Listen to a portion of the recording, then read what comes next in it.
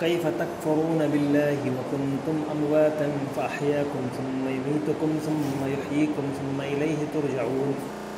هو الذي خلق لكم ما في الأرض جميعا ثم استوى إلى السماء فسواهن 7 سماوات وهو بكل شيء عليم صدق الله العظيم۔ تم اللہ کے ساتھ کفر کا رویہ کیسے اختیار کر رہے ہو، حالانکہ تم بے جان تھے، اس نے تم کو زندگی عطا کی، پھر وہی تمہاری جان سلب کرے گا، پھر وہی تمہیں دوبارہ زندگی عطا کرے گا، پھر اسی کی طرف تمہیں پلٹ کر جانا ہے۔ وہی تو ہے جس نے تمہارے لیے زمین کی ساری چیزیں پیدا کیں، پھر اوپر کی طرف توجہ فرمائی اور 7 آسمان استوار کیے، اور وہ ہر چیز کا علم رکھنے والا ہے۔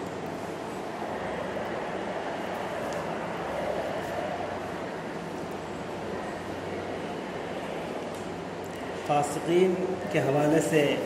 جو بات آ رہی تھی ان کے اوصاف میں، کہ ان میں خاص طور پہ اللہ کے عہد و پیمان کو توڑنا، اور جو اللہ تبارک و تعالیٰ نے جن روابط کو جوڑنے کا حکم دیا ہے ان کو توڑنا، اور ان تمام کے نتیجے میں فساد پھیلانا، یہ گویا یہ ان کے خاص اوصاف ہیں، صفات ہیں، جو اللہ تبارک و تعالیٰ کے بارے میں، اللہ کی کتاب کے بارے میں بغیر دلیل کے اعتراض کرتے ہیں۔ تو ان تمام دلائل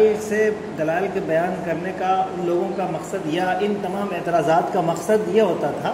کہ وہ اللہ تبارک و تعالیٰ پر جو لوگ ایمان لانے والے ہیں ان کو بھی روک دیں اور خود بھی ایمان سے باز رہیں۔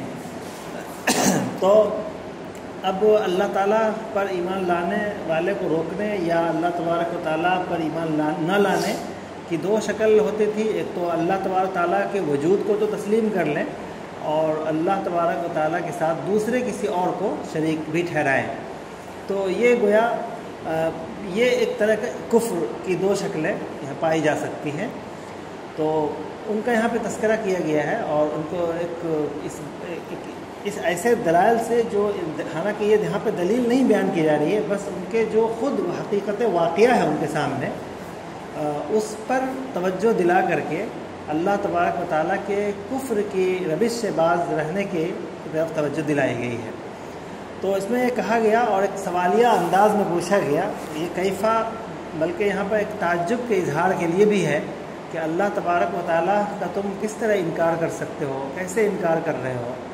یعنی اللہ کے وجود کا کیسے انکار کر رہے ہو، یا اللہ تبارک و تعالیٰ کے ساتھ شریک کسی کو ٹھہرا رہے ہو، یہ بھی ایک طرح کا انکار ہے۔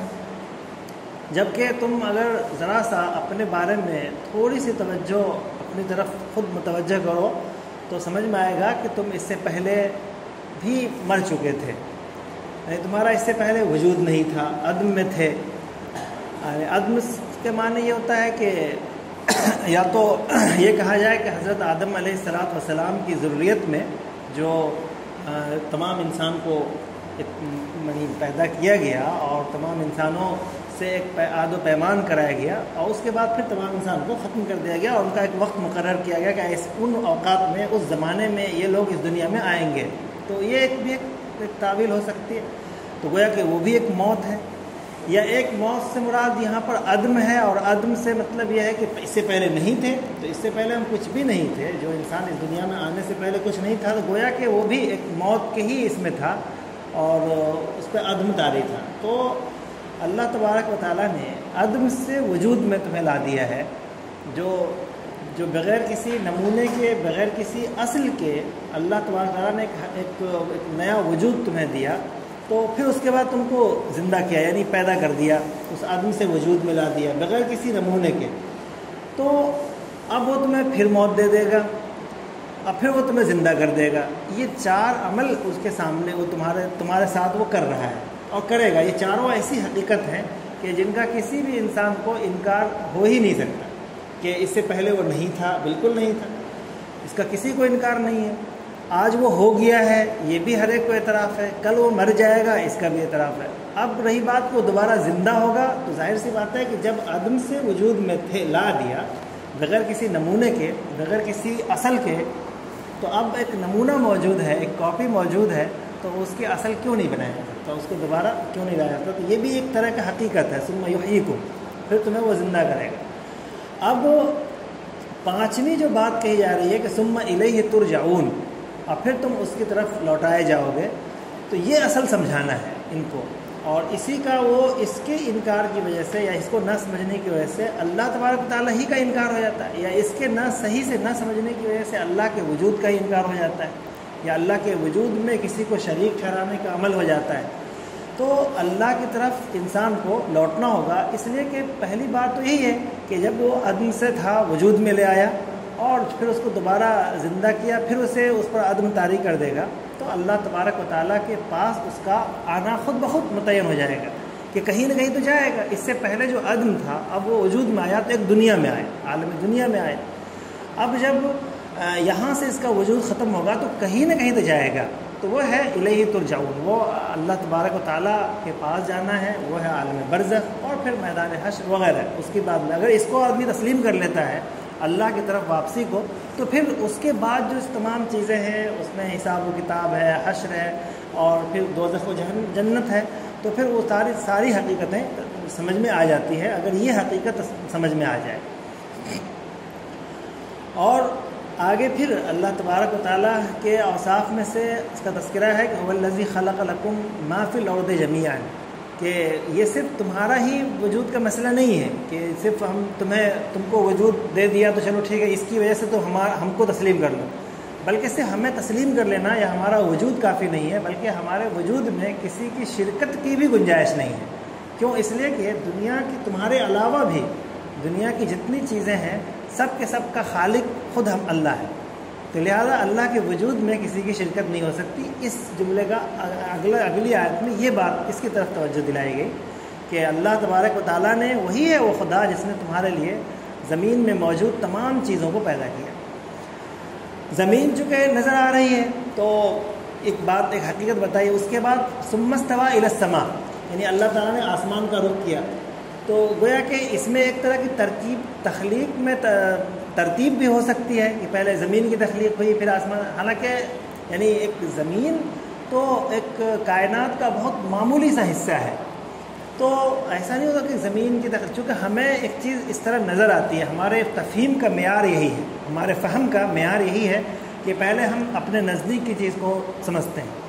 اور اس کے بعد پھر ہم سے جو دور چیزیں ہیں جن کا ہم سے براہ راست تعلق بھی نہیں ہے تو اس کی طرف ہم بعد میں توجہ کرتے ہیں، ورنہ کہاں آسمان کا وجود، کہاں زمین نہایت معمولی چیز ہے، کائنات کا ایک تھوڑا سا حلقہ ہے، اور آسمان ایک بہت بڑی چیز ہے، تو لہذا یہ ترتیب نہیں ہے، مقصود نہیں ہے، مقصود ہمارے فہم کی ترتیب مراد ہے کہ ہمارے فہم میں یہی ترتیب پائی جاتی ہے کہ ہم جس چیز کو ہمارے سامنے جو چیز ہوتی ہے پہلے ہم اسی کو دیکھتے ہیں، چاہے اس کا دائرۂ اثر، اس کا حلقہ نہایت چھوٹا ہو، بہت ہی کم ہو، بعد میں پھر وسیع چیزوں کی طرف توجہ دلائی جاتی ہے۔ تو یہاں پر بھی یہ بات بتائی گئی کہ پھر اللہ تعالیٰ نے صرف زمین کی بات نہیں ہے،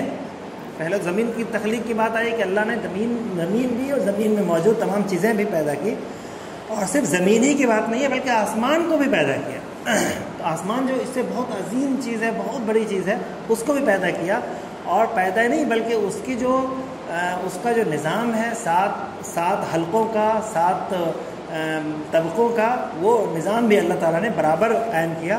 اور آخری جملے میں وَهُوَ بِكُلِّ شَيْءٍ عَلِيمٌ، یہ اللہ تعالیٰ نے اپنے علم کے حوالے سے بات کی کہ اتنی چیزوں کے دائرے میں تم ہو اور ساتھ ساتھ اللہ تعالیٰ کے علم کے احاطے میں بھی ہو، وہ ہر چیز کو جانتا ہے، لہذا اللہ کا انکار یا اللہ کے ذات میں کسی کو شریک ٹھہرانا یہ دونوں نہایت سنگین جرم ہے۔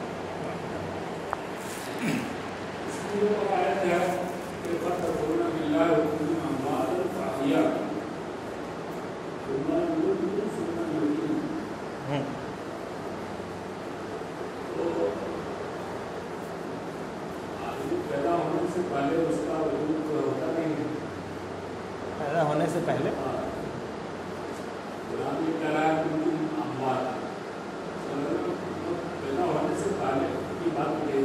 جی